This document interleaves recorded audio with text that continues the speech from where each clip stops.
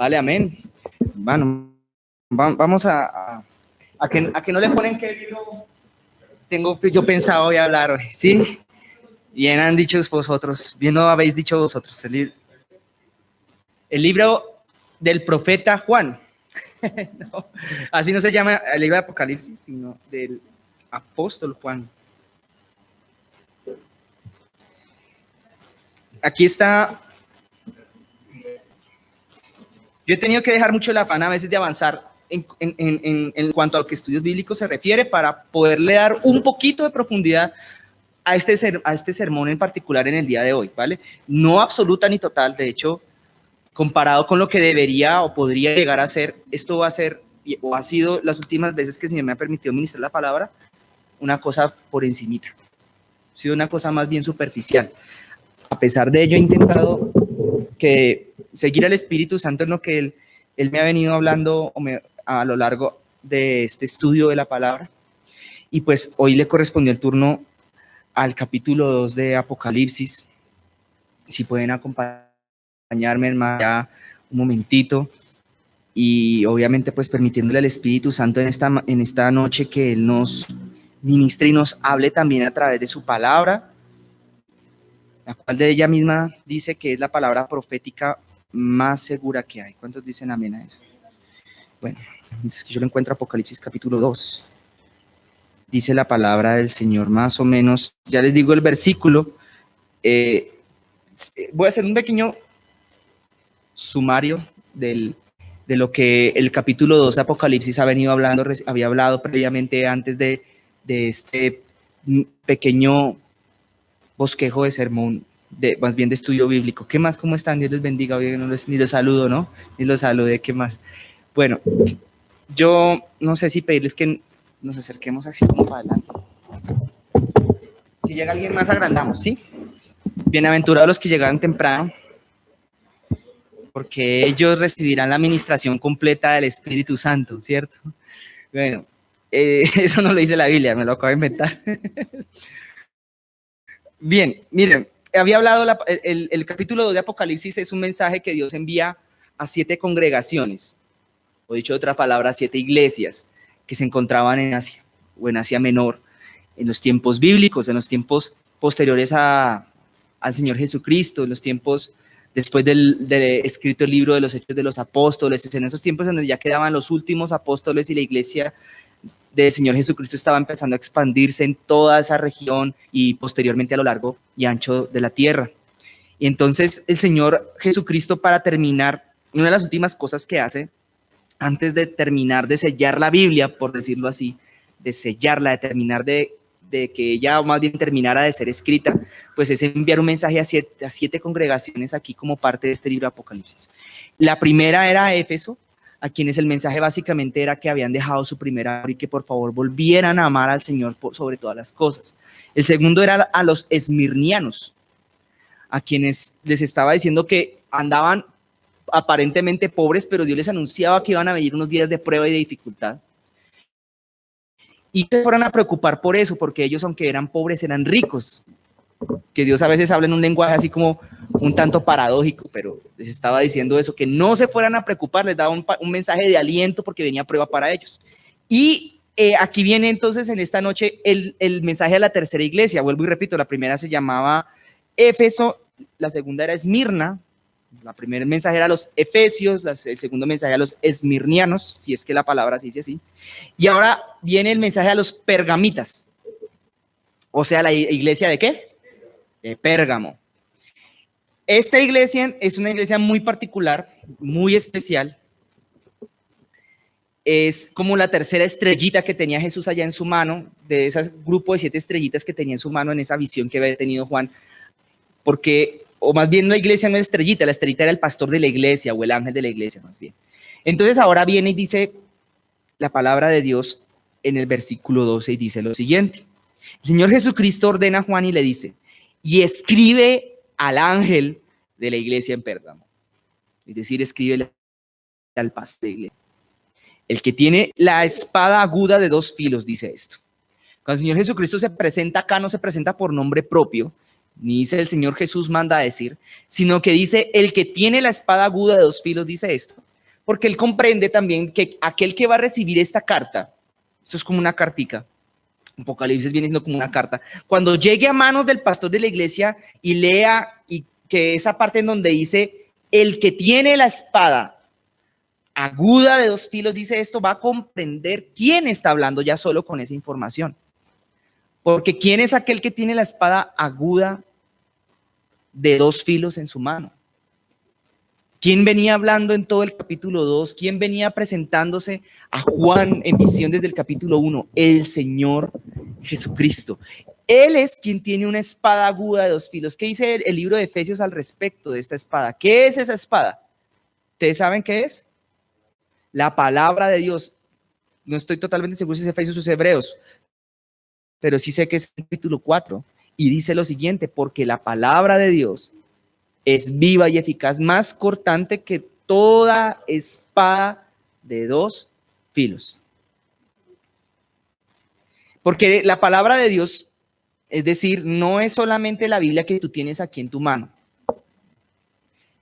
Es más bien aquello que el Espíritu de Dios inspiró.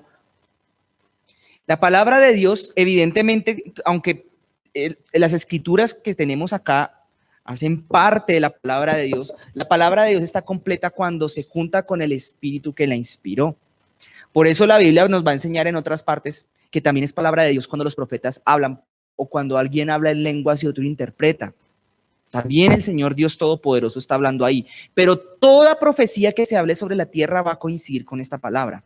¿Y para qué sirve una espada? Filos, hermanos, ustedes ya lo saben, ¿cierto? Tienen claro para qué sirve una espada. ¿Cuál es el fin? ¿Cuál es el propósito de una espada? Pues romper o destruir o matar o asesinar, batallar, pelear, guerrear, etcétera, etcétera, etcétera. Entonces, cuando ustedes tienen este texto que menciona acá, el Señor Jesucristo se presenta como el portador de la espada. ¿Qué es esta espada entonces? Exactamente. Gracias, Blanquita. Blanquita sí estaba bien atenta, ¿no? Buenas noches, buenas noches, buenas noches. Vayan siguiendo, por favor, que no se... Y entonces, ¿qué significa que tengo una espada? Pero no, por acá, por este lado aquí, no se me vaya a quedar nadie por fuera. ¿Esta maestra quién es? Ah, bueno. No se me va a quedar nadie por fuera del círculo. ¿Sí? Yo siempre que termino los viernes hablando, termino yo mismo diciendo estas palabras, pero no importa. Bienvenidos, bienvenidos. Dios les bendiga. Exacto. ¿Con qué tú tienes? Hay muchas armas espirituales que Dios nos ha dado en contra del enemigo que nosotros tenemos, el verdadero enemigo y nuestros verdaderos enemigos que no son ni carne ni sangre, sino huestes, potestades, gobernadores de las tinieblas y fuerzas de maldad, los mismos demonios, la tercera parte de los ángeles que cayó del cielo engañados por Satanás en aquella rebelión que se dio antes del principio de los tiempos de la humanidad sobre la tierra. Esos son nuestros verdaderos enemigos y una de las principales, o la principal, por no decir más bien, la principal arma de guerra que Dios nos dio a nosotros, nos delegó a nosotros, bajo nuestro cuidado y responsabilidad, la palabra de Dios. Pero hay algo interesante en esta visión y es que el mismo Jesús la tiene. Él cuando se enfrentó en uno de sus enfrentamientos que tuvo con Satanás, sus primeros encuentros estando él aquí en esta tierra en forma humana, la forma como él atacó a Satanás, la forma como él atacó al diablo, sí quedó escrito en la Biblia porque Jesús después de eso fue y se lo contó a sus apóstoles. Y ellos vinieron y lo escribieron en lo que hoy tenemos como Biblia. ¿Por qué creen que Jesús se lo contó? ¿Por qué creen que quedó escrito? Pues para testimonio de ti y de mí, para que tú sepas qué hacer con la palabra de Dios. Jesús se le apareció el diablo y le dijo X o Y o Z, independientemente de lo que el diablo se tuviera podido aparecer a ti y haberte hablado. Y Jesús le respondió con bibliazo, no literal, sino con la palabra de Dios. Ella es la que la Biblia declara que es como cortante, es poderosa, es eficaz. La Biblia en una parte te va a decir, hermano y hermana mía, que ningún arma forjada contra ti prosperará. Habla el profeta Isaías. Ninguna prosperará. Pero la palabra de Dios, podríamos aquí hoy deducir de manera análoga que la palabra de Dios es el arma forjada que prosperará contra todos tus enemigos. No importa cuántos enemigos, la Biblia dice, no importa que se levante ejército contra ti.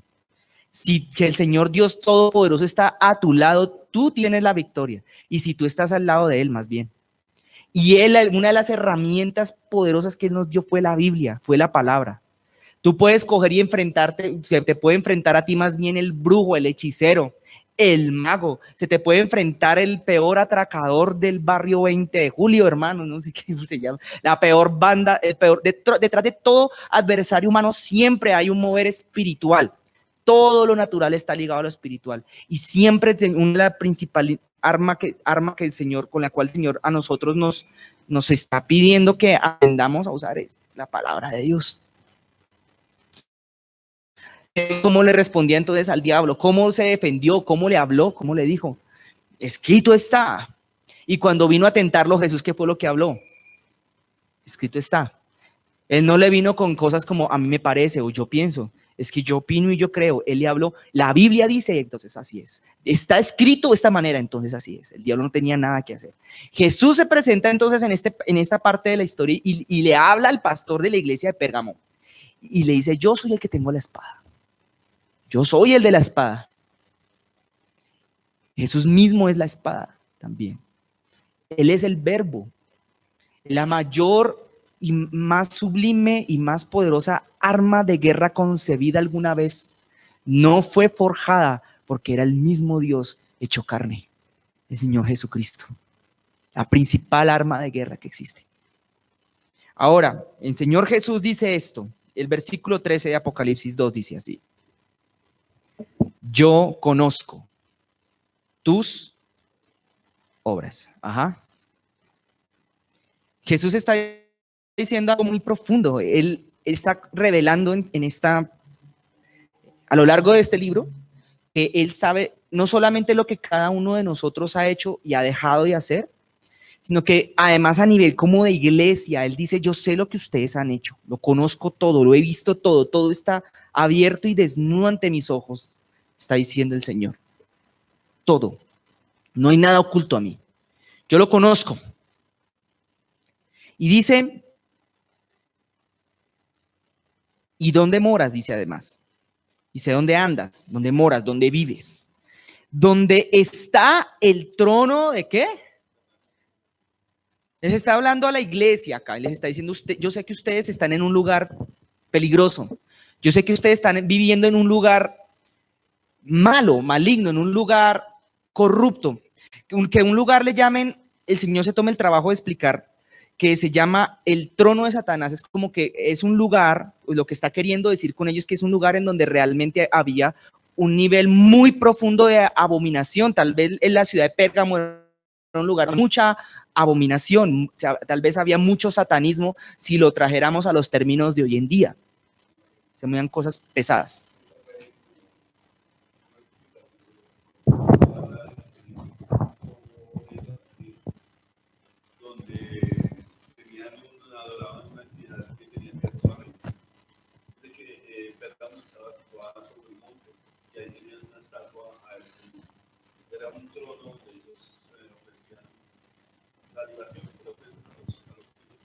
Demonios. Gracias, Cecita. Ahora bien, ahora nosotros podemos hacer esto, extender esto un poco más allá y hacer una extensión de estas cosas al tiempo actual, al tiempo de hoy. Este mundo, si algo que al diablo le gusta es llamarle a este mundo su trono. Este mundo en el que nosotros estamos viviendo no está gobernado todavía en su totalidad por la voluntad perfecta del Señor Jesucristo, el Rey de Reyes y Señor de Señores. Algunos se preguntan, ¿y por qué en este mundo hay tanta injusticia? ¿Por qué en este mundo hay tanto derramamiento de sangre inocente? ¿Por qué en este mundo ocurren repartición inequitativa de las riquezas? ¿Por qué hay gente muriendo de hambre? ¿Por qué, si Dios es bueno, por qué hay tanta injusticia y tanta enfermedad? ¿Por qué tienen que morir niños inocentes en otro lugar? En otros lugares del mundo la gente desperdiciando la comida perdiéndose, por ejemplo. ¿Por qué? Porque en este lugar, en este mundo, Satanás quiso hacer de él su trono. Porque hace mucho tiempo atrás, cuando Satanás tuvo aquel encuentro, la serpiente antigua, como lo escribe la Biblia, aquel encuentro con aquel prototipo del ser humano y de todos nosotros llamado Adán y luego Eva, cuando él se encuentra con ellos, es una de las cosas que logró temporalmente aquella vez fue lograr quitarles a ellos el dominio sobre la tierra, el dominio que Dios le había dado a Adán y Eva sobre toda criatura, sobre toda la creación de este mundo. Él los tomó por un poco de tiempo. Dios le dio un poco de tiempo, porque Satanás quería, y es una cosa con la cual se había obsesionado, hacer de este mundo lo que alguna vez él había tenido, pero que le fue quitado y le fue negado por causa de su rebelión, y era hacer de este mundo su trono. Estaba obsesionado con eso. Ustedes viajan a las montañas, a los montes, a las profundidades de los mares, allá, a donde quieran que ustedes vayan, invocan la presencia de Dios, allá llega el Espíritu de Dios, pero sepan ustedes que allá también hay espíritus malignos que están gobernando y tomando señorío sobre esos lugares, sobre los montes, sobre el campo, sobre como quiera que lo llamen, sobre las ciudades. Y este lugar en el que estamos habitando, en esta tierra, nosotros realmente saben, con nosotros, nuestro propio cuerpo, tu alma y la mía, es un enclave del reino de los cielos aquí en la tierra. Pero la tierra todavía no ha sido poseída por el Señor Jesucristo para hacer de nuevo su reino eterno, su reino milenial acá y su justicia. Mientras que eso no ocurra, tú y yo somos un enclave del reino de los cielos en la tierra. Somos un pedacito del reino de los cielos acá en una nación extranjera, a la cual la Biblia le llama el presente siglo. Un lugar que está gobernado y señoreado por el enemigo. Y él sabe que tiene sus días contados. Él conoce y comprende también las escrituras y las profecías. Y sabe que va a venir un día en el que el Señor Jesucristo va a volver con su espada.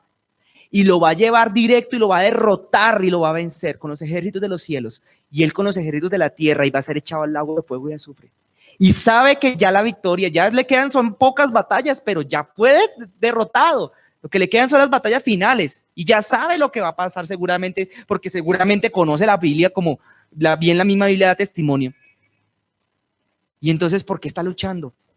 ¿Qué es lo que está pretendiendo? ¿Qué es lo que quiere? Fácil, mirar a ver cuántos más se puede llevar para allá, a cuántos más puede engañar, a cuántos más puede desanimar, a cuántos más les puede traer pereza, desespero, cansancio, aburrimiento, y digan, no, ya tiro la toalla, ya no doy más con esto, no voy a seguir buscando más a Dios. Con el mismo ánimo y con el mismo entusiasmo, me desanimo, a ver cuántos más puede. Y el trabajo. Y en eso el diablo hay algo que algunos dicen, mire que hasta el diablo se puede aprender. Ha sido persistente y persistente en buscar a ver cómo te pone tropiezo, cómo te desanima, cómo te achanta. Ese es el trono del Satanás. Ahí está pintado. Cómo crea y genera idolatría en esta tierra para que la gente siga buscando las estatuas, y detrás de las estatuas la Biblia revela que están los mismos demonios recibiendo la adoración, porque los demonios saben que si los humanos adoran, ya mismo Dios los encarga de castigarlos, ya Dios se va en contra de ellos. Ahora mira lo que dice, y aquí viene esta parte que me parece tan interesante y tan bonita. Dice que a pesar de que ellos moraban en un lugar donde estaba el trono de Satanás, ese lugar de idolatría como mencionabas, César, dice que, pero, hay un pero, retienes mi nombre. Y el pero indica que lo que estaba ocurriendo con la iglesia es que a pesar de que vivían en un lugar bastante malo, por decirlo así, con unas pésimas costumbres, ellos no se estaban dejando influenciar. Retenían el respeto y el honor al nombre de Cristo. No se dejaban influenciar por el resto de seres humanos que habitaban en aquel lugar. Hay un ejemplo de lo contrario en la Biblia cuando había un hombre que se llamaba Lot, si mal no estoy. Se fue a vivir a un pueblito muy sabrosón, muy próspero, donde la prosperidad era la palabra número uno, pero que por todos lados salían arcoíris. ¿Saben qué pueblo estamos hablando, no? Sodoma y Gomorra. Sodoma y Gomorra, no sé cuál de los dos no me acuerdo, pero arcoíris por todos lados. Sodoma. Y Lot se va a vivir allá, se lleva a sus hijos e hijas, si mal no estoy, hijos. Las dos hijas, gracias pastor, que a veces a mí me falla la memoria, se la lleva, ya vamos a Sodoma a vivir. Qué vida tan chévere, tan sabrosa. Y bueno, era un hombre justo, Dios lo salvó a él por cuanto era un hombre justo, lo logró, y por amor al mismo Abraham lo sacó de allá. Pero qué cosa, cómo el poder de influencia de un grupo, de una sociedad o de una nación lograba impregnar sus costumbres en una persona que no era de allá. Al punto que cuando salieron de ahí la mujer, dice la palabra que la mujer volteó a mirar atrás y se convirtió en estatua de sal, esa historia, porque eso refleja espiritualmente que él y las hijas, llegaron los hombres allá y no queremos mujeres, queremos con varones. ¿A dónde están los varones? Aquí, ¿no? Dale el cuento de la historia. Se habían ya dejado persuadir por las costumbres, porque cuando usted vive en un lugar, inevitablemente, y es muy difícil más bien, no inevitable, pero es muy difícil de evitar que las costumbres de ese lugar a usted se le peguen. Cuando usted vive en medio rodeado de ciertos tipos de personas, de cierto tipo de maneras de hablar, lo difícil es que a usted no se le peguen las costumbres, no se le peguen las mañas que esas personas practican, las palabras con las que hablan. Usted nomás mire cómo es un grupo de personas. Si hay un grupo de personas y todos tienen la costumbre, nomás vaya a centros educativos y unas personas los niños empiezan a hablar de una manera, ellos empiezan a influenciar a los que ya eran sanitos. Yo me daba como...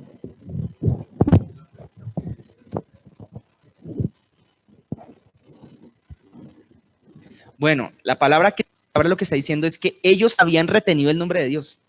El problema no era que vivieran rodeados de gente mala, sino que ellos estaban logrando retener su integridad. Lo que está diciendo es que es difícil, lo que estoy diciendo es que es difícil, no que sea imposible. Pero si uno vive rodeado de gente mala, se puede retener la integridad. Porque ahora, el asunto es de lo que se trata como Daniel, es de tomar decisiones, no hacer lo mismo. En alguna parte de la palabra no te va a decir acaso que ellos se conviertan a ti y tú no te conviertas a ellos. ¿Y qué es eso de convertirse? De adoptar la costumbre. Ahora, lo lindo es que a veces pasa mucho que cuando tú resistes al mover filosófico, si quieres llámelo intelectual, tú lo resistes, que habita en el pensamiento de un grupo de personas, lo que sí he notado yo es que llega un momento en el que tarde o temprano esas personas terminan chocando contigo o tú con ellos. Mira, una vez yo traté de andar con por requerimientos de mi trabajo, grupo de personas, pero ya cuando esas personas dicen vamos a colarnos en el Transmilenio, son tontos, ¿qué les pasa? Pues llega un momento en que empiezan a chocar y ellos mismos lo empiezan a hacer a un ladito después. No, yo no me colo en eso. Ay, será muy rico. Ay, no. Hay días que yo prefiero llegar a pie, pero no me colo. ¿Y por qué no se cola? Porque robar, porque está mal, porque la palabra dice que está mal. Ay, mucho tonto. Tonto ustedes, le dije. Algunos me dejan de hablar.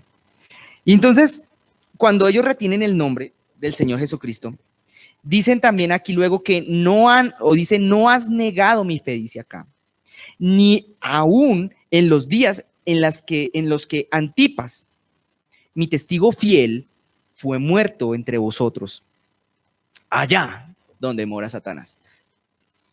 ¿Sí se entiende esta parte, no? Había un hombre que llamaba Antipas y ellos mismos, este pueblo, esta comunidad, se habían encargado a este hombre que el Señor Jesucristo cataloga como mi testigo fiel, de matarlo. ¿Por qué? Por ser cristiano. Suena duro, ¿no? Suena como una historia como antigua, como pasada de temor. Pero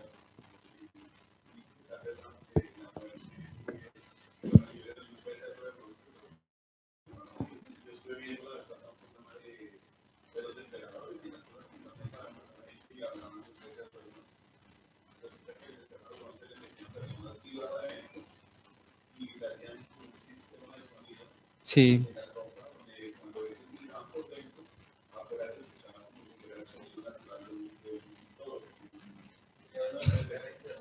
Sí.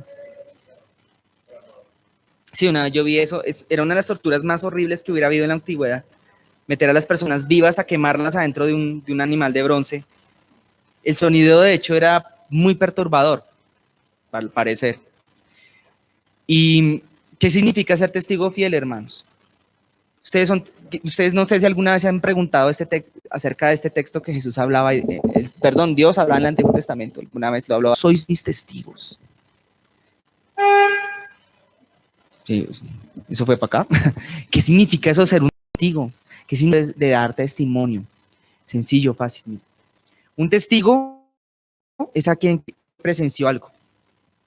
¿Sí me entienden? Ustedes son testigos de que yo hoy vine acá. Son testigos. No hay manera de que, ¿sí me entienden? De que ustedes no lo sean, ya lo son, a menos que sean cieguitos y sordos. pero nadie aquí está ni ciego ni sordo. Ustedes son testigos de que yo hoy vine, y de pronto hasta los que me estén viendo allá al otro lado de la cámara. ¿Qué es testimonio que usted presenció cuando Jesús dijo, este hombre era mi testigo fiel? Era porque el testimonio consiste en que usted vio algo. Entonces, ¿qué significa ser testigo de Cristo o dar testimonio de Jesús? Que tú o yo, en algún momento de nuestra vida, tuvimos un encuentro o de alguna manera tuvimos la posibilidad de ver o palpar, como diría la Biblia, o escucharlo a Él. Y esa es la diferencia entre los cristianos, yo creería, entre los cristianos en proceso de ser cristianos y los cristianos verdaderos, los buenos. Muchos en los tiempos de Jesús lo vieron a Él y podían decir, sí, Él era un hombre de Dios y era un hombre justo, recto. Pero aquellos que después testificaban con fidelidad significa que narraban las cosas y las maravillas y las grandezas que habían visto en Él. Testigos fieles son los que en este tiempo que estamos viviendo, mucha falta hacen alrededor de la tierra, en el sentido de que hablan de cosas maravillosas, hablan de cosas grandes, hablan de cosas que están escritas en la Biblia, pero nunca, jamás le han visto u oído. Yo tendría que preguntarte, ¿alguna vez en tu vida has tenido la oportunidad de tener un encuentro o un contacto con el Dios Todopoderoso? ¿De acuerdo a qué tanto de Él tú hubieras podido ver o sentir o percibir o ver que Él hiciera? Así va a ser la calidad de tu testimonio. Si Él algún día te sanó una pierna y nada más de Él sabes, solo puedes testificar acerca de lo que tuviste que Él hizo. Y ese va a ser tu testimonio. Pero entre más tu contacto tengas con el Señor Dios Todopoderoso, quien habita en el plano de lo espiritual, entre más contacto tengas, ese contacto va a conllevar directamente a la posibilidad, a la potencialidad de que tú puedas ser testigo o no de algo. ¿Sí me entienden, no? Dice que este Antipas era testigo fiel. Narraba, fidelidad significa que uno dice exactamente lo que pasó, lo que vio, lo que vivió, lo que supo de Él, lo que habló con Él, lo que Él hizo. Pero este mundo está lleno de gente que no tiene ni idea de quién es Jesús porque no conocen, hermanos. Sé que estoy siendo un poco extremo con esto, pero este mundo está lleno de gente que no tiene ni idea de quién es Él. No le ha visto. Vienen, se reúnen en las iglesias y cantan unas canciones hasta bonitas a veces, pero el Espíritu de Dios jamás está allá. Y si el Espíritu de Dios jamás o peor aún, viene y llega el Espíritu de Dios, hermanos. Desciende algunas veces, pero no lo anhelan. Y les pasa por un lado y les pasa por el otro. Y sin el Espíritu de Dios es imposible llegar a Jesús. Es imposible. La Biblia dice que el Espíritu Santo es el que da testimonio de Él. A mí la misma Biblia lo dice. Sin el Espíritu de Dios no hay testimonio. De nada. No puedes tener nada de Dios. Se sientan, calman la conciencia de pronto están hasta en algunos casos muchos envueltos en una costumbre, en una tradición, una religión, qué sé yo, y van y se reúnen, pero jamás han visto a Dios. A este Antipas, ¿qué calidad de relación tuvo que haber tenido con Jesús para haber aceptado morir de semejante manera como narraba Cecita? ¿Cuál tuvo que haber sido la relación con Él? ¿Y cómo tiene que ser su galardón en el cielo? ¿Saben que a veces qué es lo que nos falta? Encuentros verdaderos con Él, relación con Él, con el Espíritu de Dios. Entonces ahora el Señor está diciendo que, ahora dentro de lo que está hablando acá, está diciendo, bueno, ustedes están morando en un lugar difícil y peligroso, en un lugar complicado, tal como lo es este mundo, probablemente salvando las proporciones en el cual nosotros vivimos en este tiempo. Este no es un mundo precisamente que se caracterice porque es un mundo temeroso de Dios, ¿o sí? Yo últimamente he dejado la lora un poquito, o sea, yo soy radical, obviamente como lo es la palabra con el tema de los LGBTI, pero a la hora de meterme en discusiones políticas, ya últimamente le he empezado a sacar un poquito el cuerpo. ¿Saben por qué? Porque la Biblia profetiza que estos locos se van a tomar la tierra algún día y van a poner la tierra gay. La Biblia dice que van a ser como los tiempos de Sodoma y Gomorra cuando Jesús venga. Ya la última, en mi integridad. Ahora, volviendo aquí al tema, el verso 14 dice, pero, Recuerda que ese es un mensaje que yo le estaba hablando a Pérgamo. Una iglesia que hacía buenas cosas. Eran buena gente. Mire que tenían buenas obras, hasta hacían cosas chéveres. Tenía gente fiel y bonita. Y Dios le mete un pero. ¿No se han dado cuenta que Dios ve la gente y ves el todo? Me explico. Tienes cosas buenas y tienes cosas malas, pero no por ello dejas de ser menos de Él. Por lo malo que tengas, Él simplemente dice, tienes esto bueno, y empieza siempre diciendo lo bueno. Y luego viene el pero. Y dice acá, si lo ven el pero en el verso 14, ¿cierto? ¿Qué es lo que Dios tiene contra ellos? Unas pocas cosas. Si lo ven ahí, ¿no? Unas pocas cosas. Y vamos a ver las poquitas cosas que Dios tiene contra estos señores pergamitas, los de la iglesia en Pérgamo. Una iglesia que sufrió aflicción, estaba en momentos, de pronto habían pasado momentos difíciles, les habían matado a uno de sus miembros de la congregación. Dice acá, contra ti tengo unas pocas cosas. 2 puntos. Que tienes ahí a los que retienen la doctrina de Balaam. ¿Sabe qué es retener? Lo contrario de soltar. ¿Se acuerda que hace un momentico estábamos hablando, hermanos, de que cuando usted habita en un lugar, usted trate en la medida de todas sus posibilidades de no dejarse enseñar malas costumbres del lugar en donde usted habite, ni de las personas de las que usted se rodea? Manténgase puro, diría la Biblia. Manténgase íntegro. Pero había unas personas adentro de la iglesia, adentro de la congregación, que no habían querido soltar, eso es retener, no habían querido soltar una cosa, una maña, si me permiten el término, que habían aprendido seguramente previamente o de afuera de allá. Y esa maña aquí la Biblia la cataloga como la doctrina de Balaam. Permítanme, hermanos, tomarme unos cortos minutos para explicar este asunto y qué es lo que tú y yo tenemos que ver con eso que dice ahí. ¿Qué es la doctrina de Balaam? Doctrina es enseñanza, es algo que se aprende, es una enseñanza, como el álgebra, es algo que se enseña y ya cuando tú lo aprendes y lo comprendes, lo puedes aplicar. Una doctrina tiene que ver con una filosofía, con una manera de pensar del ser humano. Y la Biblia habla en una parte muy interesante, que si mal no estoy, está en Romanos, habla del espíritu del entendimiento.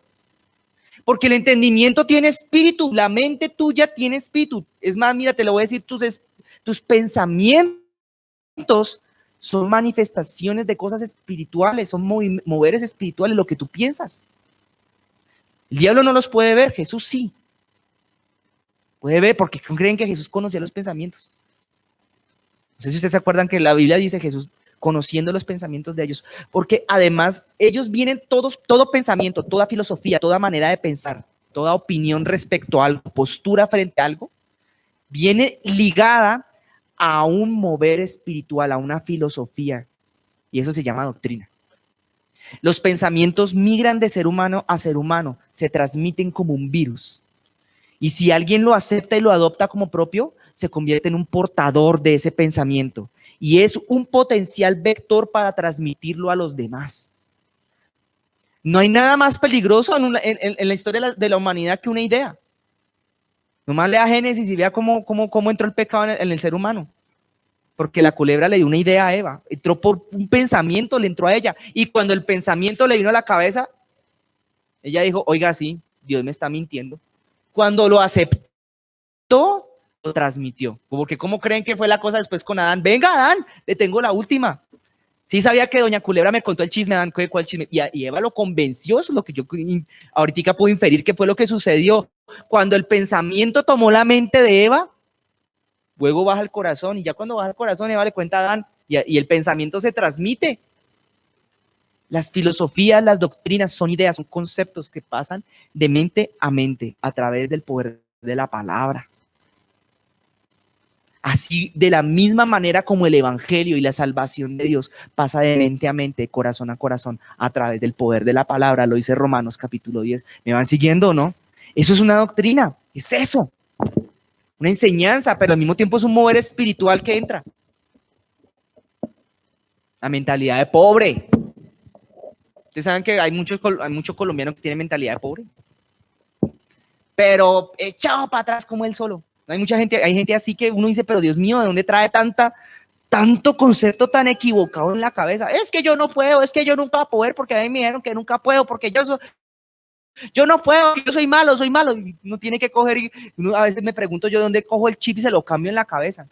Hay gente así, eso hace parte de la mentalidad de pobreza, si es que eso existe. Estoy aquí conjeturando, aquí construyendo una teoría. Ustedes no se han fijado que hay gente así. Y no, y es que no se va a poder. Y negatividad. Hay gente que es así, como dice el otro día el pastor Mauricio, hay gente que parece nube negra. Para todo, una manera de pensar. No, es que eso no se puede, es que eso así, es que eso. Y uno se da cuenta que a veces todo eso lo aprendieron porque habían escuchado toda la vida que las demás personas lo hablaban. Porque más vale, ¿cómo es que dice? Que el vivo viva del bobo. Y entonces, cuando una idea se insemina, después se esparce. Ahora, ¿qué es esto de la doctrina de Balaam? Para no entrar en demasiados textos bíblicos, había un personaje en uno de los libros más antiguos de la Biblia. Por allá, si mal no estoy, déjeme echo cabeza, en el libro de los jueces, si mal no estoy, está esa historia. Sí, está en los jueces, ¿cierto? ¿No? Me equivoqué. ¿En Números? Por ahí cerquito. Aparece, sí, está en Números. Gracias. Aparece, ya les voy a decir exactamente en dónde. Números 25, uy, se cita muy bien. Y en el capítulo 31 también aparece. La Biblia de César. La Biblia de estudio de César. Muy bien. Bueno, ¿quién era este Balaam? Bueno, vamos a empezar ahora a hablar un poquito de Balaam. ¿Están preparados o no, hermanos? ¿Están listos? Bueno, listos. Hermano, y hoy cojamos doctrina de parte del Espíritu Santo. Bueno, aprovechemos la palabra de Dios. Había un hombre, no la leamos, contémosla. El pueblo de Israel vagaba por el desierto a punto de cumplir 40 años caminando por el desierto en uno de sus más largos procesos y dolorosos que sufrieron, pero por culpa de ellos mismos, porque eran rebeldes, si no se hubiera durado unos cuantos días. Llevaban 40 años una nación vagando por el desierto, Señor, bajo el cuidado del Señor Dios Todopoderoso, les daba comida, les daba agua, directamente Él por el poder de su espíritu, los cubría en la noche con una nube para que no se congelaran, de ese estancamiento en el que andaban metidos en ese desierto. No sé si esas palabras estancamiento y desierto tienen algo que ver con nosotros en nuestras vidas para que salgamos de ahí. Y empezaron a notar que empezaron a tener victorias y empezaron a luchar contra la gente que se les enfrentaba y empezamos como a ganarnos, empezó a ir como bien, estamos en racha. Vea que esos dos espías que vinieron de la tierra de Canaán como que sí tenían razón, ese Josué y ese Caleb, vea que como que sí nos va a ir bien, vea como que sí Dios nos está respaldando, ¿no? Y entonces empezaron a ver, esto está chévere, vamos a entrar. Y cuando empezaron a acercarse a la tierra prometida, o sea, la bendición que Dios tenía preparado para ellos, así como Dios tiene bendiciones preparadas para ti, el diablo empieza a hacer oposición. Eso no es que yo voy a entrar aquí a las promesas de Dios y, ya llegué. No, el diablo las tiene, pero no le pertenecen, pero las tiene. ¿Por qué? Porque el diablo es un poquito sapo, es metido, él cogió las cosas que no le pertenecían, porque él vino fue a robar, matar y destruir las decisiones que Dios tiene para su merced. Y para mí, él las tiene agarradas. El Señor Jesucristo dice, bueno, ya llegó la hora, ya estás listo, pero no te las voy a dar así como así. Tienes que ir y pelear, pero no te preocupes, yo voy delante de ti. En ese contexto, se acercan a la tierra de Canaán y llegan los pueblos de allá y se aparece un rey de ahí que venga a ver si aquí dice el nombre, Balac. Dice Balac, por Dios, ¿qué vamos a hacer? Sobre Balac y los pueblos de aquella región había caído el temor, el miedo, porque el pueblo de Israel venía respaldado por Dios, habían escuchado hasta las historias de aquello que 40 años atrás Dios había hecho con ellos en Egipto, haber abierto el mar en dos, haberlos hecho pasar en seco y haber destruido los ejércitos de Faraón, las plagas de Egipto. Entonces, claro, ellos dicen, ¿qué vamos a hacer? Y aparece don Balaam. ¿Quién era Balaam? Es una de las cosas que a mí me parecieron más curiosas cuando leí el libro de Números. Porque cuando yo leí por primera vez el libro de Números, de verdad, hermanos, de verdad, que yo leí el libro de Números y yo pensé al principio que Balaam era el protagonista, era el bueno del paseo. Porque mira, era un hombre que solamente hablaba lo que Dios le dijera que hablara. Era un profeta que decía, lo que Dios diga, eso hablaré. Yo no hablo otra cosa que Dios diga. ¿De verdad parecía el bueno el paseo? Miren, yo sé que de pronto suena una historia como un poquito por allá, a los tiempos en los que los hombres usaban túnicas, pero usted vaya y mire hoy en día cómo está la tierra, cómo está la iglesia, hoy en día, y usted va a encontrar que este texto es absolutamente encaja perfecto. Hay personas que se paran y hablan unas cosas que uno dice, oiga, eso es de Dios, definitivamente qué persona tan de Dios, este sí que es, ese es. Si no dice una canción, este es el varón o esta es la mujer de Dios, qué persona tan de Dios. Y así era un Balaán, solo hablaba lo que Dios le dijera que hablara. Era una persona de verdad que era certera, lo que hablaba pasaba, porque además era como un profeta, era una cosa tremenda. Pero venga que Balaán tenía algo raro, tío. A pesar de que tenía hasta una relación rara con Dios, tenía una relación con Dios pero rara, era como extraña, era como se hablaba con Dios y Dios le hablaba y tenía algo. ¿Saben qué? Balaán no iba a la iglesia. Pongan cuidado lo que le tengo que decirle. Balaam no iba a la iglesia. Mire, todo lo contrario a Rahab la ramera. Rahab la ramera, pocos tiempo después, capítulos después de esta historia de Balaam, Rahab la ramera vio al pueblo de Israel y dijo, a mí me conviene congregarme con ellos. Yo soy mala, soy la ramera. La ramera, imagínense cómo la saludan. Hola Rahab, la ramera, ¿cómo estás? Hola, ¿cómo estás? Imagínense saludo tan feo, ¿no? Sí, pero ella dijo, oiga, a mí me conviene estar con ellos porque Dios está con ellos. Yo me voy con ellos. Me conviene así sea la ramera. Y mire que terminó siendo un ancestro del rey David ya finalmente. Si mal no estoy, está en la genealogía del Señor Jesucristo. Y ya se fue con el pueblo de Israel. Todo lo contrario al gran profeta. El hombre de Dios. El gran profeta que habla lo que Dios dice solamente y de verdad que hasta le salían las profecías. A veces. Pero había un problemita en la vida de él. No sé si me van entendiendo. No iba a la iglesia. Era un rueda suelta. Y es que eso es una cosa que causa confusión. Porque usted ve gente que sí de verdad parece que es de Dios, pero no va a la iglesia. Y profetizan, pero no se congregan en ningún lado. Ahora sí entienden por qué esto encaja también el día de hoy, ¿no? ¿O no se entiende? Porque ustedes van a ver de esa gente. Van a venir por aquí un día de pronto, Dios no lo quiere asomarse aquí a la iglesia a decir, ay, ¿cómo va la iglesia? Con sonrisa y con cositas. No, yo profetizando por las naciones de la tierra, de lugar en lugar, sí, cómo no, pero no se le sujeta a nadie ni a nada. Y hay gente así y uno, y por eso es que cuando uno tiene ojos espirituales, o no, más bien, cuando tiene carencia de ojos espirituales, ¿en qué cae? Ay, ese Balaam me cayó bien. Venga, Balaam, ¿y qué tienes para enseñarme hoy? Ven, te invito a una reunión en mi casa. Vamos a hacer una reunioncita y les voy a enseñar doctrina.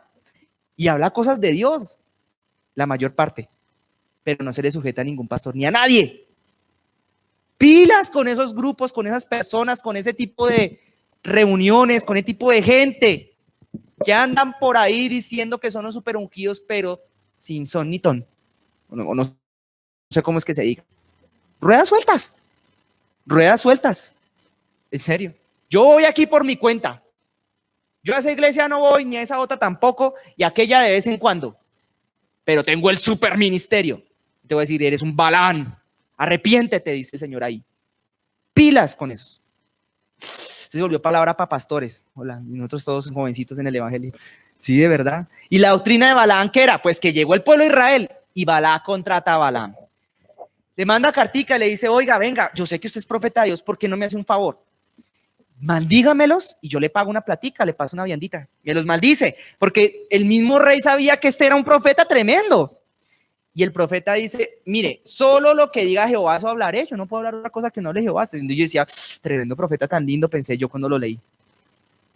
Lo que yo no había leído en ese momento, que estaba capítulos más adelante, en Números, era que a pesar de que la historia termina con que el pueblo de Israel llega y acaban con esa región, y Balaam no pudo maldecir al pueblo de Israel. ¿Sabe qué hizo? El día que se paró a maldecirlos, porque le iban a pagar una platica por maldecirnos, abrió la boca y Dios le tomó la boca casi, podría decir yo, y los bendijo.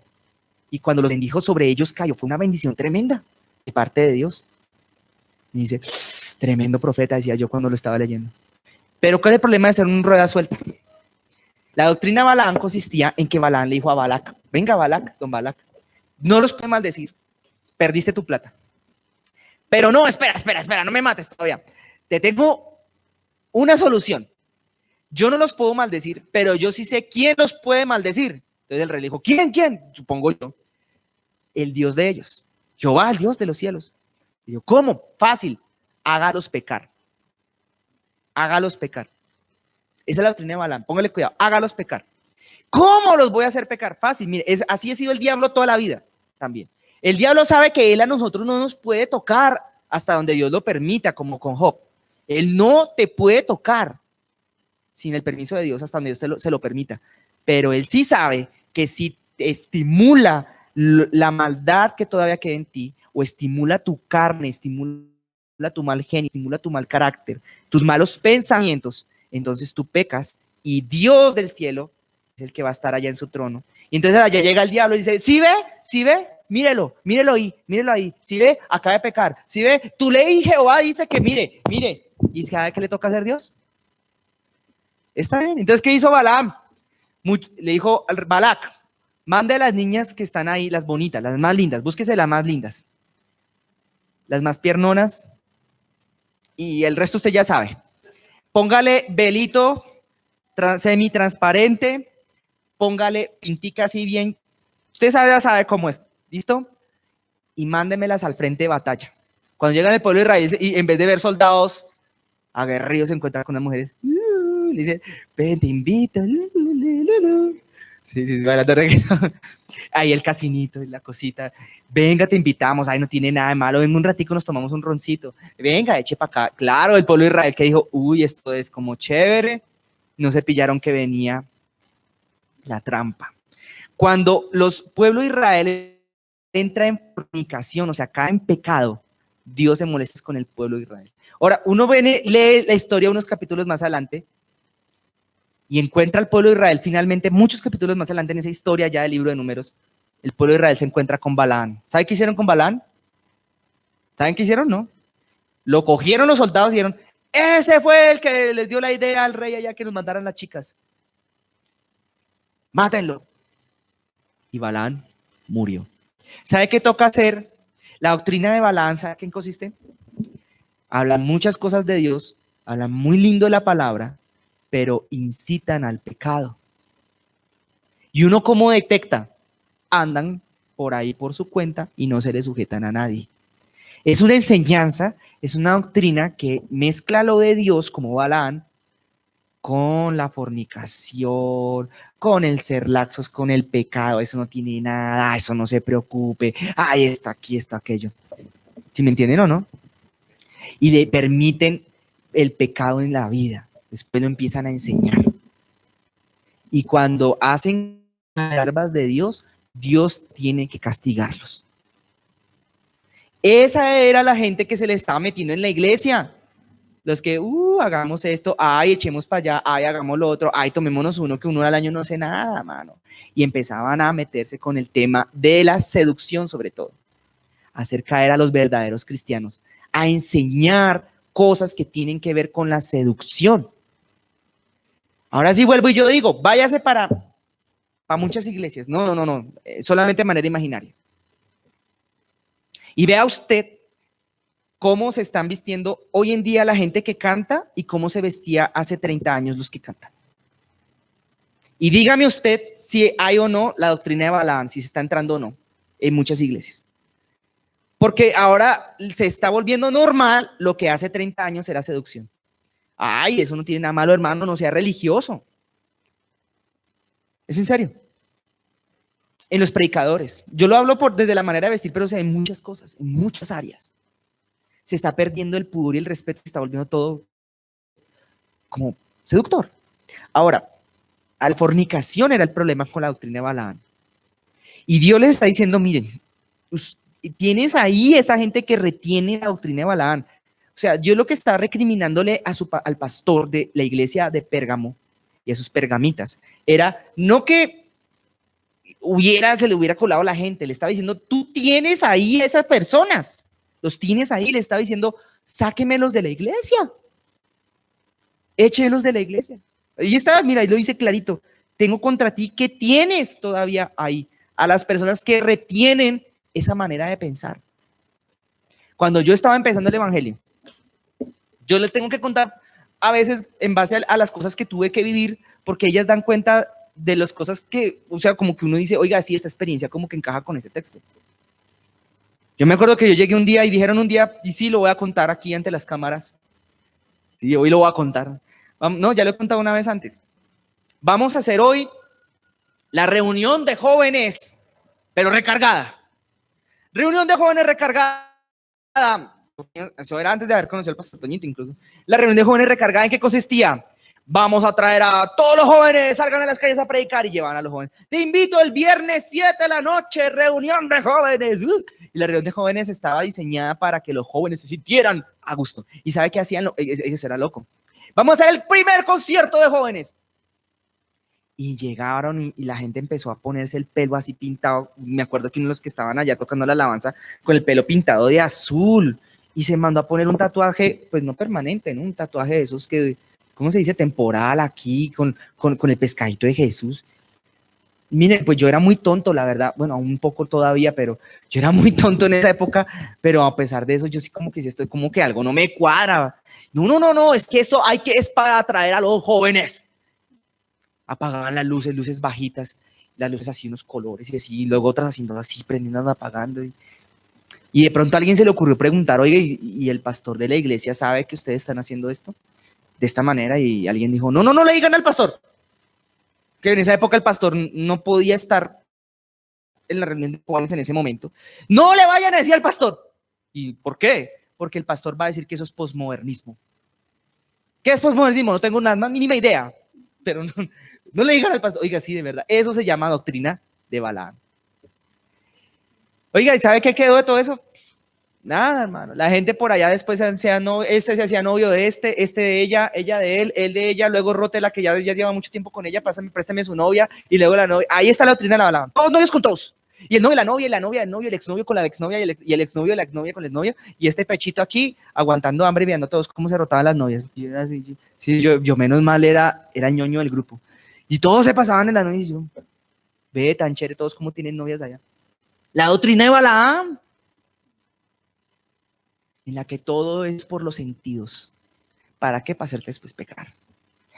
Y entonces dice el Señor acá, que aquellos que retienen la doctrina de Balaam, enseñaba a Balac a poner tropiezo ante los hijos de Israel. ¿Se sabe qué es esto? Usted identifica la doctrina de Balaam en aquellas personas que están acostumbradas, en vez de ser una solución, en vez de ser personas que lo acercan a usted, al Señor Dios Todopoderoso, son personas que le ponen tropiezo para que usted se acerque a Dios. Si encuentra gente esa adentro de la iglesia, sepa identificar la doctrina de Balaam. La denuncia. La gente que le pone a usted tropiezo para acercarse a Dios. La gente con la que usted no puede hablar porque termina contendiendo contra usted. Termina tomándose las cosas personales y peleando con usted. La gente que termina poniéndole a usted problema y armándole lío por cualquier cosa. Doctrina de Balaam. Le ponen tropiezo. ¿Para qué? Pues para que peque. Sacándole el mal genio por todo en vez de acercarlo al Señor. Doctrina de Balaam. ¿No se han fijado?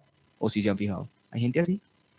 Tengan cuidado, hermanos. Tengan cuidado, futuros pastores y ministros. Tengan cuidado.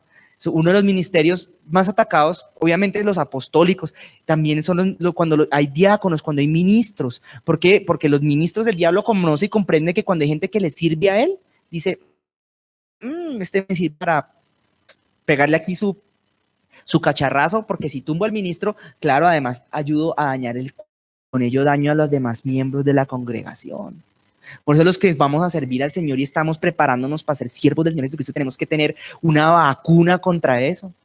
Gente que se nos acerque a proponernos cosas, negocios raros, cosas chuecas, o que su simple presencia y su simple compañía nos empieza a apartar de las cosas de Dios, nos roba la paz, o se nos ponen como gente que lo aparta a uno de las cosas de Dios y lo incita a uno a lo malo. A uno tiene que decir qué pena, pero chaolines. Miren, saben, en la época que yo era niño, esa gente era lo que abundaba en la iglesia. Y el pecado no era que esa gente hubiera entrado en sí misma, era que dice aquí que nosotros la toleremos adentro de la iglesia, la dejemos quedarse ahí. No le digamos, no, qué pena, papito, pero usted que está pensando aquí de la vida, chaolines. ¿Sí o no? Miren, yo toqué en muchos grupos de alabanza. Hoy en día pertenezco a uno. Tiene 3 miembros. ¿Sí o no? Generalmente tocamos 3 en el altar. Pero hubo una época que yo toqué en varios grupos de alabanza más grandes. Tenía más miembros. Y siempre había uno o habían 2 que estaban en el altar y como que contaba el pastor Maito. El altar y picándole el ojo a la novia. Seguro, hermano. No, a la novia no. A la niña nueva que acaba de llegar. Llega la niña nueva. Claro, los pastores a veces cometemos el error de que, ay, no, ¿eres músico? ¿Sabes tocar? Ay, te necesitamos. Ay, venga, venga, rápido. El Señor lo va limpiando. Venga, venga, venga, súbase rápido y toque. ¿Y de qué pasa con eso? Doctrina de Balaam. Llega Balaam y dicen, ay, aquí estoy a mis anchas, aquí empiezo. Aquí hago una fiesta y luego después termina, ¿cómo termina el grupo de alabanza después?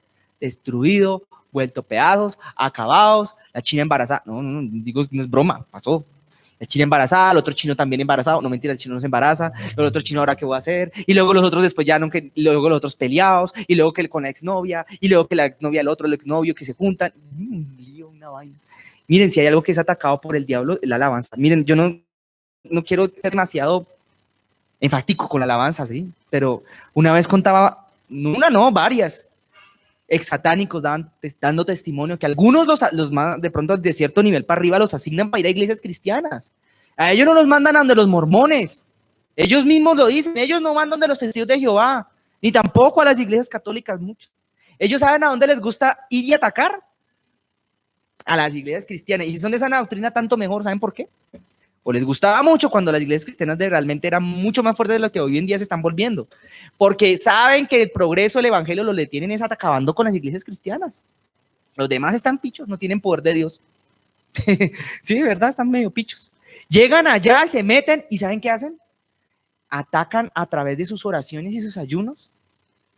Es a los pastores, a los intercesores y a los ministros que están adelante. Y de esa cadena, ¿sabe cuál es el eslabón? Suele ser el eslabón débil. Póngale.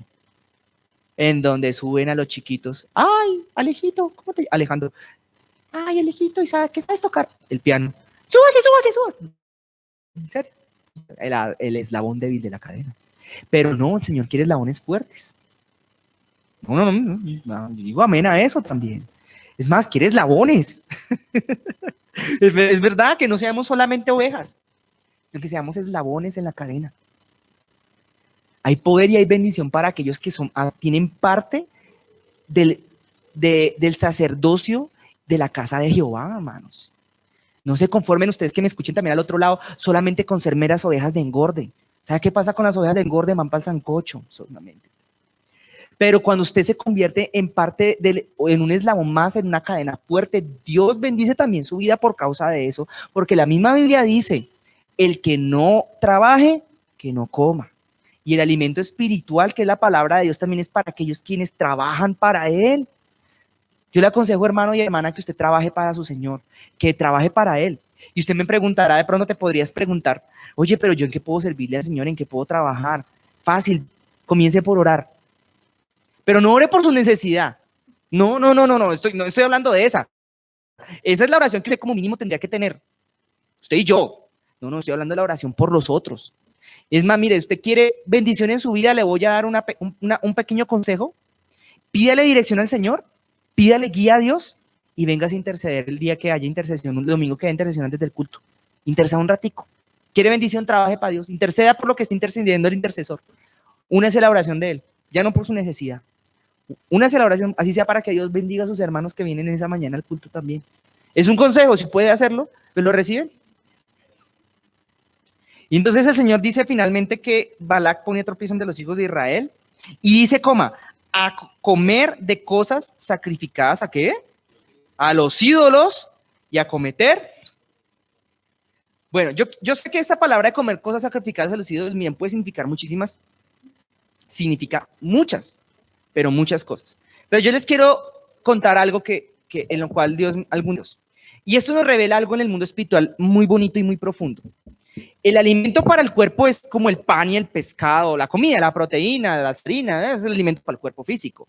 Pero el alimento para la vida espiritual, sí, para nuestra alma, son las palabras. No sé si me van siguiendo. Las palabras. Miren, todo ser humano que tenga alma necesita la interacción con otros seres humanos. Nosotros los seres humanos somos seres comunicacionales. Somos seres que nos comunicamos los unos a los otros. Y la vida interna de la parte psicológica de un ser humano depende en gran medida de la interacción con otros seres humanos. Esa es nuestra naturaleza. Un ser humano que se aísla tiene que coger un balón y pintar una carita y poner una piña y hablar con él. Sí, en serio, y llamarle señor Wilson.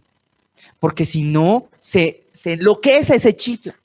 Porque Jesús lo dijo, es que no solamente de pan hay que vivir de palabras. Entonces, el señor Tom Hanks hablaba con Wilson y planeaba la escapada de la isla, porque si él solo se enloquece, se chifla. Hermanos, cuando tú escuchas música, estás alimentando no tu cuerpo, tu alma. Pero espérate, la música instrumental o cantada independientemente, la música es un idioma. ¿No me siguieron, no? Se sabe, la gente consume, el mundo lo mismo lo entiende a veces con una claridad tremenda. El ser humano consume música, el ser humano consume cine, el ser humano consume televisión. Somos consumidores de imágenes y de palabras, y de eso es lo que tu alma se va alimentando, lo va absorbiendo como si lo descompone en nutrientes, y el espíritu que viene en eso empieza a ser parte de tu ser interior. ¿Sí, no? La persona que va desde pequeña solamente se alimenta viendo películas de horror, va a desarrollar un gusto, no solo un gusto por eso, natural, sino que su alma se va a empezar a formar según ese alimento, ¿me entiendes? Tú eres lo que comes, dice por ahí el dicho. De la manera que si tú solamente comes grasas, algún día te engordas y te enfermas. De lo que tú te alimentes, por lo que escuchas y por lo que ves, en eso va a determinar, en ello va a estar determinado cómo va a ser tu alma después. Después le pregunté, ¿y por qué esta persona es depresiva? Pues mire qué anda mirando, mire a ver qué anda oyendo, mire a ver qué anda, del que se anda alimentando en el plano del alma. Mire a ver qué anda leyendo. No me sigue, no. Conoció personas intelectuales, tienen la cabeza gigante de tanto leer cosas. Por ejemplo, la gente, algunas personas ateas que tuve alguna vez la oportunidad de conocer, muy difícil hablar con ateos porque el plano espiritual están tan saturados de tanto espíritu de incredulidad que la palabra de Dios casi no entra. Es muy difícil. ¿Por qué? Porque se han alimentado de eso. Han comido alimento que tarde o temprano los va a matar. ¿Me siguen o no?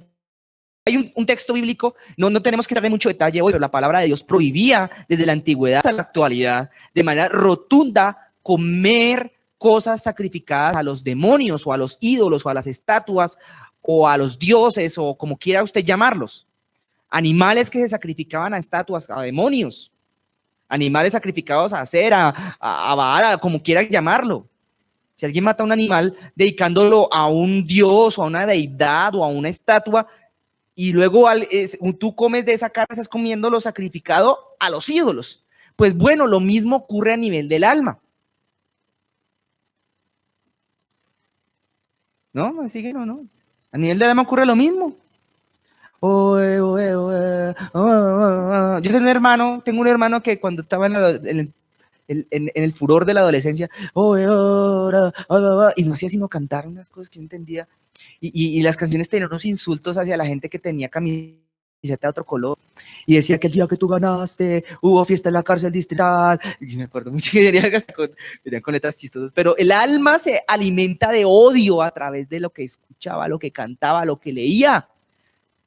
No sé si ustedes sepan, pero en la Alemania nazi repartían esos tratados y esos libros, era un adoctrinamiento a través de la que la gente leía, fue que se pudo expandir y dispersar el odio contra el pueblo de Israel y contra los judíos en la Alemania de la primera mitad del siglo XX. A través de la música, los mismos propagandistas nazis utilizaban la música y hacían videos y hacían películas con historias de amor, pero con mensaje antisemita en el principio o en los créditos. Porque lo que tú comes, eso es lo que tú te vas volviendo, y luego todo es un odio contra el pueblo de Israel y no sabían de dónde.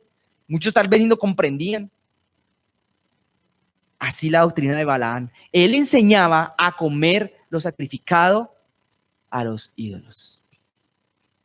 Un sacrificio. La Biblia habla de un sacrificio hoy en día. Se llama el sacrificio de alabanza. Ya no matamos animales. Pero la Biblia dice que el sacrificio de alabanza es fruto de labios que confiesan el nombre de aquel que estamos alabando. No me van siguiendo, ¿no? Entonces, cada vez que usted se pone y se deleita escuchando "Oh, baby, baby, one more time". Qué pena que no me salió. ¿Quién era que cantaba eso? ¿Britney Spears? ¿Los Backstreet Boys? No, era Britney Spears. Los Backstreet Boys era "Everybody". Yeah, él cantaba. ¿Y quiénes eran los ídolos? Pues Britney era el ídolo. Póngale cuidado, hoy en día se hablan de ídolos del rock. Hay un grupito que se llamaba los Beatles. No voy a tocar el tema de que ellos se creían más famosos que Jesús, no vale la pena. Sí, me gasto más tiempo. Pero sí me acuerdo que la gente gritaba y se cogía los pelos y los arrancaba cuando llegaban al escenario. ¡Ah! Y gritaban, llegaron, porque de hecho el lenguaje musical de esta parte de esta época más reciente hacía de aquel que tocaba como le pasó a Luzbel en el cielo. Lo volvía una superestrella, lo volvía maravilloso y la gente idealizaba a tal punto que los idolatraba, tenían el cartelito en la casa. Era una cosa, mejor dicho, que surgió un furor. Eso empezó con Elvis Presley. Recuerdo yo tanto, la gente lloraba de la emoción al verlo, la gente gritaba, ¡ah! Sobre todo las chicas. Empezaron a aparecer los primeros ídolos. ¿Y saben qué era lo sacrificado a los ídolos? Su música. Eran alabanzas para él. No sé ninguna de Elvis, no, ni me la sé. La gente cantaba y la gente, lo que no se estaba dando cuenta, estaba consumiendo lo sacrificado a su ídolo. ¿Me siguen? Miren, la primera vez que fui a un concierto cristiano, yo sí fui como tonto, no me darme cuenta. Me invitaron a un concierto cristiano. ¿Ustedes saben que los cristianos hacen conciertos? ¿Sí sabían? Algunos cristianos, buenos cristianos, arman su concierto y oran. Y utilizan la música para el principal fin con el cual nos fue dada a nosotros como pueblo de Dios. ¿Saben cuál es? Adorar al Señor, como herramienta para orar, para reprender, para adorar, para acercar uno a Dios. Para eso lo usaba el rey David en la antigüedad, como parte del culto, al Señor Dios Todopoderoso. Pero ¿sabes que yo fui ese primer concierto cristiano cuando llegó el hombre que iba a cantar? ¿Sabe qué pasó? Todas las chicas gritaron. De hecho, dijeron, con ustedes. Y todas las chicas, ¡ah! Sí me acuerdo. Solamente faltaba que volara la ropa interior, así se la tiraran allá al altar, a la plataforma. Dios mío, qué cosa tan loca. Porque éramos supuestamente cristianos. Yo sí me acuerdo que decía, pero ¿qué hacen esta gente gritando cuando entra la estrella? Entra la estrella con sus gafas oscuras. Y empieza, pero yo decía, pero algo aquí está raro. Y claro, porque cuando los seres humanos tienen esa tendencia a hacer de un hombre o una mujer un ídolo, la música que están consumiendo es sacrificio a los ídolos. ¿No? ¿O no es así? Padre Santo, Señor. Bendito. Yo después dije, oh señores, me di un banquete de música y esa música era no era sacrificio de alabanza para ti, Señor, era idolatría. Señor, perdóname, muchas veces hubo música que es de los demás, el hiper mega, y la gente, ¡ah! Hay que acabar con eso, hermanos. De verdad se los digo en serio, hay que acabar con los ídolos. Hay que acabar con eso. El ser humano y el gran siervo de Dios tiene que tener el segundo, el tercero, el cuarto lugar, tiene que ser una persona humilde delante de Dios. Jamás ser el que brilla, sino Cristo. Y bueno, esa era la doctrina de Balaam. Ahí estaba. Usted mira que esto a veces estas palabras parecen más como una vacuna, ¿saben? Como un tratamiento de esos retrovirales. De verdad, hermanos. Para que nosotros aprendamos a estar apercibidos y nunca caer en eso. Uno como cristiano jamás debe colocar en un altar ni a un pastor ni a un siervo de Dios, mucho menos a un líder. Y digo mucho menos a un líder porque los pastores y siervos de Dios no son líderes en sí mismos, son siervos de Dios. Y mucho menos alguien que haya sido puesto en eminencia. Nunca, nunca. Es más, en la iglesia ni deberían haber personas que sigan a otras, es decir, no deberían haber líderes y liderados. El único líder debería ser Cristo, y tanto menos ídolos. Y cuando los seres humanos empiezan a colocar en un pedestal a los otros seres humanos, empiezan los problemas para los seres humanos. Empieza Balaam con la fornicación y con lo sacrificado a los ídolos. ¿Me siguen o no? Jamás un hombre ni una mujer de Dios. ¿Saben qué pasaba en una época? A tal iglesia, a tal estadio va a llegar el siervo de Dios, el gran cantautor, el grupo Púrpura. ¿Y sabe qué hacían los hermanos de la iglesia que tenían la doctrina de Balaam? ¿Sabe qué hacían? Póngale, para no decir el nombre del grupo. Los que tenían la doctrina de Balaam, eso para que voy al culto, hermano, viernes de la noche, hace frío, por allá 5 o 6 gaticos, y el pastor, no, vamos a ver a Púrpura, y salían corriendo detrás de Púrpura. Sacrificio de los ídolos. ¿Sabe por qué le digo? Porque van detrás de un hombre y no detrás de Dios. Porque cuando tú vas detrás de Dios, Dios te dice, ve a tal monte, a tal lugar, sube la montaña, pues un ejemplo, y ve allá que yo allá te voy a hablar y voy a darte de mi espíritu. ¿Y tú qué haces? Vas a tal monte, te subes, y así sea en una piedra, en una montaña, Dios te toca. O si te dice, ve a tal iglesia, que allá te voy a hablar, tú vas a la iglesia. Pastor, el Señor me habló que fuera a tal iglesia. Vaya, mijo. Si es un pastor de Dios, sabrá reconocer la voz de Dios también que te habló a ti. Y se va, y vas y llegas a la iglesia y Dios te habla y te toca, pero jamás ve detrás de un hombre, jamás vaya detrás de una mujer, jamás vaya detrás de un ministerio. No, si me siguen, nunca, hermano, jamás. Es que ese es el hombre de Dios, ese es el gran músico, ese es el gran super, hiper, mega profeta, el grupo Púrpura. ¿Saben? Yo les cuento ese ejemplo porque es que en mi época, cuando estaba más jovencito, siempre los que nunca se aparecían por la iglesia para nada, solo llegaban por ahí un ratico a farandulear los domingos al final del culto. Pero llegaba el grupo Púrpura o el grupo Azul o el grupo Verde, y allá estaban de primeras, en primera fila ya, levantando las manos y botando lágrima y moco. Doctrina de Balaam. Mire, si algo que a Dios no le gusta, son las ruedas sueltas. Yo tengo que decirlo hoy con un tanto de vergüenza que me da de tanto repetirlo, porque yo no se lo he repetido a ustedes, es a otras personas. Se lo he tenido que repetir como un loro.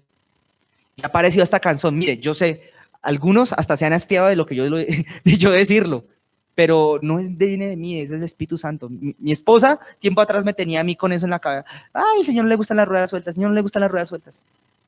Las ruedas sueltas son las personas que no se sujetan a nada ni a nadie, sino que se sujetan a sus pastores y obviamente al Señor Jesucristo.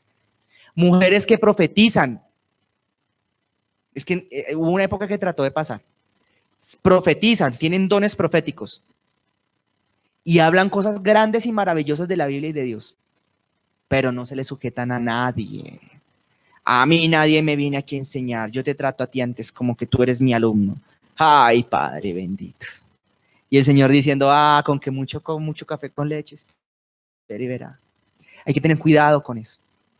Nunca permitas que alguien venga y te diga, oiga, es que no le diga al pastor, te invito a una reunión con un tecito y vamos a orar al Señor, porque hay que orar al Señor en tiempo y fuera de tiempo, y te sacan la Biblia. Nunca permita y que te digan, pero no le cuente al pastor, pero esto lo voy a hacer acá, pero el pastor no sabe. Jamás lo permitas. Que vamos a hacer una reunión y vamos a ensayar y vamos a cantar lindas alabanzas, pero el pastor no sepa, o la persona que Dios colocó por ángel de la iglesia no sepa. Jamás, hermanos, permitas ese tipo de cosas. Nunca. Ahí está la doctrina de Balaam. Entonces aquí termina diciendo entonces, y también tienes a los que, en el verso 15, para terminar el sermón de hoy, y también tienes, o sea, Señor, el reclamo es que también permites que estén adentro de la iglesia a los que retienen la doctrina de los nicolaitas, la que yo aborrezco. No sé mucho de los nicolaitas, de pronto se citan en su Biblia, estudio sí debe tener algo más. Lo poquito que sé de los nicolaitas, se creían más que todos los demás, se creían los super, hiper, mega espirituales, es lo poquito que sé. Citar que saben los nicolaitas.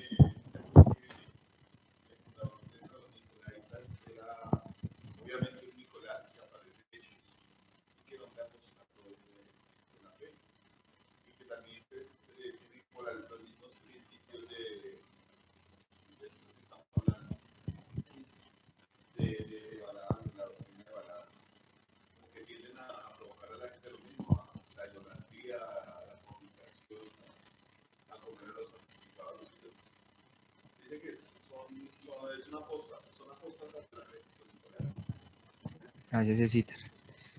Listo. Bueno, vamos a terminar el texto bíblico para cerrar esto. Ahora bien, después viene el verso 16. Viene un por tanto. ¿Lo tienen ahí, no? Después dice, por tanto, el Señor coloca como un ultimátum, por decirlo así. Dice, arrepiéntete. Sí le está hablando al ángel de la iglesia. Arrepiéntete. ¿Pero de qué se tiene que arrepentir el pastor si él no andaba en esas vainas? De permitirle a esas personas tenerlos ahí en la iglesia. Ahí lo dice clarito. Porque tienes en tu iglesia esa gente con esas ideas locas, con esas ideas, con esos aires de grandeza y superioridad y con esas ideas de fornicación y cosas raras. Y Dios le dice, arrepiéntete. Y dice aquí, ay, se me trató de perder el versículo, ya lo encontré. Pues si no, vendré a ti pronto y pelearé contra ellos con la espada de mi boca, dice el Señor. El que tiene oído, oiga lo que el Espíritu dice a las iglesias. Al que venciere, daré a comer del maná escondido y le daré una piedrecita blanca y en la piedrecita escrito un nombre nuevo, el cual ninguno conoce, sino aquel que lo recibe. Y lo lindo de este sermón a Pérgamo, este mensaje a Pérgamo, que termina aquí en este punto, el igual que los que le preceden, es que Dios les dice, al que venciere yo le voy a recompensar de esta manera, al que venciere yo le voy a recompensar de esta otra forma, porque esto es una lucha, esto es una batalla. Cuando Dios le está diciendo, bueno, ten en cuenta esto que estás haciendo mal, termina después diciéndole, pero al que venciere, como queriendo decir que los errores que tú podrías haber estado admitiendo en tu iglesia o en tu propia vida, tienen que ver como con una especie de lucha, como una especie de batalla, como una especie de competencia o de carrera contra ti mismo. Y el Señor está diciendo, si tú logras vencer esto, a pesar de que puede que hubieras estado mal por un poco de tiempo, si tú logras vencer, yo te voy a recompensar, está diciendo el Señor ahí. Tengo recompensa para ti. Yo siento aquí que tengo que ya por fin terminar. No voy a hablar de la piedrecita, ni voy a hablar del maná escondido, porque el tiempo no me lo permite y tal vez también siento que definitivamente el Espíritu Santo no quiere que yo hable de eso el día de hoy, sino más bien de aquello, esto otro que ya habíamos hablado, más bien lo dejemos sembrado en nuestros corazones y que seamos fieles al Señor. No sé si ustedes me entienden, pero la palabra vencer, al igual que aquel Antipas, era fiel, y la fidelidad también tiene que ver con esto de persistir, de seguir adelante, de no desmayar. Hay días que uno dice, uy, tengo unas ganas tremendas de conectarme con el Señor. Hay días que uno no tiene ni 5. Hay unos días que uno tiene un ánimo tremendo para acercarse y buscar a Dios, y hay días que uno no tiene ánimo. Pero la fidelidad también estriba en eso. Que tanto el día como tienes ganas, como el día que no, busques a tu Señor y te acerques a Él, y sigas luchando, y sigas peleando por hacer aquello que el Señor te encomendó. Yo sé que algunos de los que nos escuchan de pronto pensarán, ay, pero a mí Dios como que no me ha encomendado a nada, Dios no me ha pedido a nada. Hermano, bástese con usted buscarlo en la oración en su cuarto secreto y orar a Él y clamar a Él. Y congréguese. Y sujétese a sus pastores de su congregación, los que nos escuchen allá en otro lado, en otras naciones de la tierra, sujétese a sus pastores. ¿Saben? Hay grandes ministerios que Dios quiso levantar años atrás. Y a mí me gusta hablar de los de la alabanza porque de pronto ha sido como el tema con el cual yo he sido espinoso. Grandes ministerios, ¿y sabe por dónde caen? El diablo logra ponerlos en división con pastores y empiezan a andar por su cuenta, como si fueran una rueda suelta, como si fueran allá, no, se creen la gran vaina. Hermano, jamás permita usted una cosa de esas en su vida. Sean fieles y seamos fieles todos. Sigamos al Señor. Tengan ánimo. Que llegó el diablo y me dio un izquierdazo. Que llegó el diablo y me dio un derechazo. Que llegó el diablo y me pisó el pie. Y luego llegó el diablo y me metió un golpe bajo. Nada, hermano, no se desanime. No se vaya a desanimar. Que llegó el pastor y se puso, no sé, y me habló o no me dijo nada. No se desanime usted. Que llegué a la iglesia y no sentía nada. No se desanime. Que llegó el viernes y me dio fue sueño y me quedé dormido. No se desanime. Mañana será otro día. otra oportunidad de serle fiel al Señor. Que llegó el domingo y no me invitaron a comer pizza. No importa, hermano, siga el siguiente domingo y haga ayuno. No le hace, no importa, ¿sí me entienden? Y hágale y siga para adelante y sea fiel al Señor, que el Señor tiene recompensa. Y esto de la piedrecita y del maná escondido es algo profético y tiene que algo ver con el cielo, pero yo les puedo decir con toda certeza que Dios tiene recompensa para aquellos que son fieles a Él en esta tierra también. Así que se lo dijo también al joven rico, hablando del joven rico, que se fue triste porque no aguantó el voltaje de lo que Jesús le pidió. Pero si usted aguanta el voltaje y usted se vuelve un buen transistor, si usted se vuelve un buen transistor, hermano, créame que y continúa siendo fiel y no se funde, el Señor le tiene preparado para usted cosas grandes y bonitas y buenas. Siga adelante, siga, no se desanime. Hubo días que aquí no llegaba, no hablo en este templo, en la otra casa donde está, en las otras casas donde ha quedado esta congregación a veces, y no llegaba ni uno. Eso contaba Heidi, porque en esa época yo era de esos que no iban. No llegaba ni uno, contaba Heidicita, contaba don Carlos, y nada, pero ¿qué tocaba hacer? Nada, seguir adelante.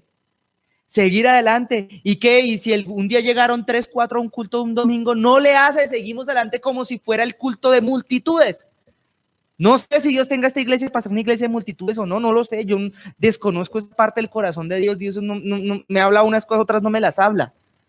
No sé por qué, que se le hablará a otros. No me lo habla todo a mí. Me habla un pedacito de cosas. Pero ¿saben una cosa? Lo que yo sí sé es que depende de nuestra fidelidad.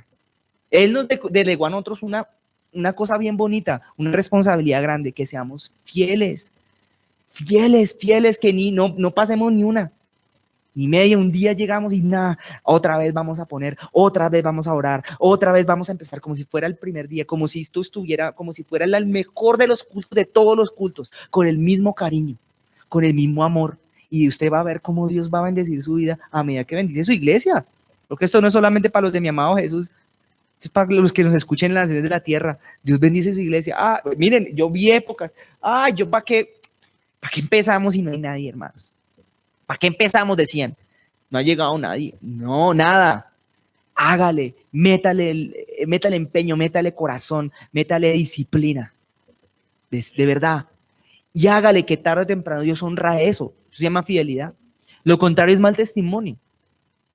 No en vano. Y vuelvo y me alegro de que hayan cosas que no nos hablemos, no me hable yo con el pastor y el pastor no se hable conmigo, porque eso confirma cuando algo viene de parte de Dios. Y no en vano un mensaje que mandó el pastor aquel día: lleguen temprano los que sirven en la iglesia. Yo no sé los que estamos acá, quienes ya podemos servir, pero yo les quiero decir algo más. Si usted de verdad quiere servir en su iglesia, no se ponga a esperar a que lo promuevan. No se ponga a golpear la puerta para decir: pastor, póngame a hacer esto, como algunos tienen por costumbre. No, sea fiel, venga, ore, venga, clame a Dios. Si usted quiere ser promovido, si no quiere ser promovido, pues ahí sí no sea fiel, deje así. Pero yo le aconsejaría que sea fiel. De verdad, yo se lo aconsejo. Si usted quiere que Dios desarrolle en su vida todo aquello que es en este momento un potencial en usted, yo se los digo porque es que de pronto en usted hay llamados, hermano. Hermanas, de pronto en ustedes hay llamados. ¿No le gustaría que Dios desarrollara ese potencial que hay en usted espiritualmente hablando? ¿Qué tal que en usted haya algo grande de parte de Dios y que a través de eso grande Dios bendiga a muchas naciones de la tierra y de paso lo bendiga a usted? ¿Sabe qué tiene que hacer? Tiene que ir y ser fiel a su Dios en lo poquito. Sea fiel en lo poco. Usted tiene un don, póngalo a disposición de los apóstoles, de sus pastores. Tiene un don grande o un don chiquito, no importa el tamaño, sea fiel en ese poquito. ¿Quién quita que de pronto Dios diga: ¿sabe qué? Le voy a dar algo más porque me fuiste fiel. ¿Sabe qué? ¿Sabe? Eso sería una alegría inmensa para mi corazón. Y yo sé que para el corazón de los pastores también. Tranquilo, no se preocupe. Ay, no, es que eso no va a nadie, entonces no importa, séle fiel a su Señor y a las órdenes que Él le dio. Y nunca vaya atrás de hombres. Vuelvo y digo: ¿qué tal que Dios le diga a usted un día: vete al parque que te voy a hablar en el parque? Miren, yo no estoy hablando locuras acá. No. Los que ya conocen al Señor saben cómo es Él. Saben que lo que le estoy diciendo es a veces así. Busque su voz.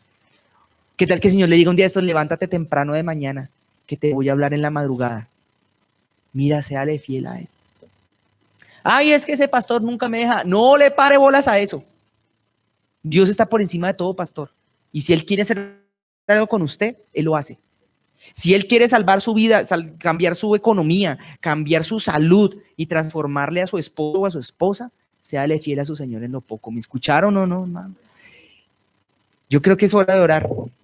O si no, los que viven lejos van a llegar tarde.